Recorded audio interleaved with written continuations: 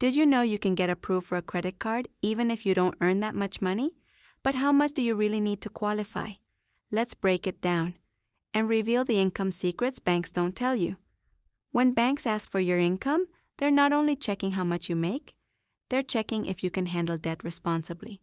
There's no universal minimum income, but most banks prefer to see at least $15,000 to $25,000 per year for basic credit cards. Different cards have different income expectations. Student cards or secured cards can approve you with under $10,000 per year. Cashback or rewards cards usually want $25,000 plus.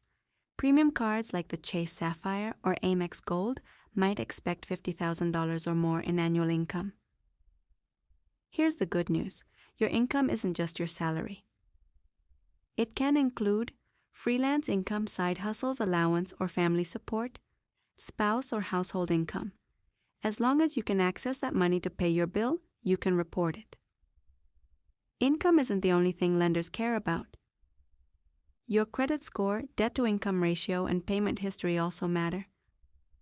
A person earning $20,000 with a clean record might get approved faster than someone making $80,000 with bad credit.